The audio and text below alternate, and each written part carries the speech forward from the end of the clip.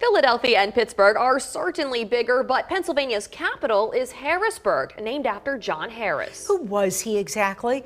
To celebrate America 250, Sarah Wilson shows us his place in American history. At the John Harris Mansion on Harrisburg's Front Street. This home has been here since 1766. Time stands still. These lithographs often depict what life was like in the late 1700s or early 1800s. It was not an easy one. There was obviously no modern machinery like we have today. Many of the locals would have been farmers or farming families. There was some tradespeople, like you would think of in the 1700s, coopers and blacksmiths and things like that. And then there was John Harris, the founder of Harrisburg. A wealthy tradesman who also served on the Pennsylvania General Assembly and was in Philadelphia the day the Declaration of Independence was signed. The story goes that he hastily rode home, wanted to share the news, so he took a newspaper copy of the Declaration, brought it home, and read it from the front of the house to everyone in the area that could listen to it. And by doing so, committed an act of treason. So did everyone else who spoke against the British Crown. And many did. And they devoted their lives from 1775 to 1783 fighting for this cause to establish, the colonies as their own independent state and country. In Dauphin County alone, hundreds took to the battlefield to fight for freedom.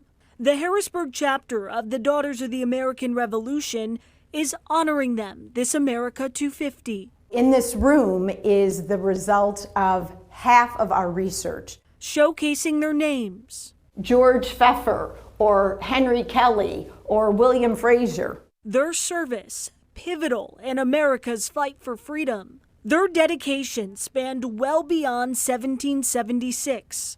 The Declaration of Independence, merely a document highlighting the intent to separate from Great Britain.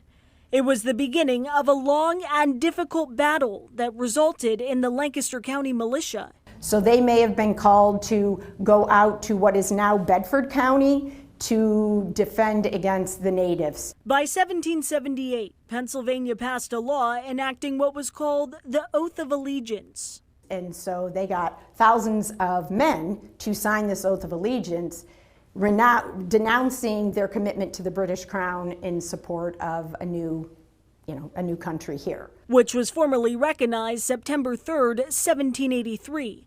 2 years later, Dauphin County was annexed from Lancaster County in 1785. And less than a decade later, Harrisburg became, Harrisburg. John Harris actually went and lobbied to make this area the capital of the state. His name and hundreds of others who made America what it is today etched on these walls, a reminder of their service and their sacrifice that historians never want us to forget. I think if we can all remember that we have shared this common, amazing set of values, and this country that, even though it happened 250 years ago, are still so relevant for us today. Reporting at the John Harris Mansion, I'm Sarah Wilson. Hi, I'm Eric Finkenbinder from ABC 27. We're excited to announce the new ABC 27 News Plus app. Live stream newscasts or watch content on demand. This is different than the ABC 27 app on your smartphone. You can check this out at home and it's very easy to use. With a Fire Stick, go to the homepage, scroll down to search. From there, enter ABC 27. Move over to the apps and there we are. Click the icon and install. It's just that easy.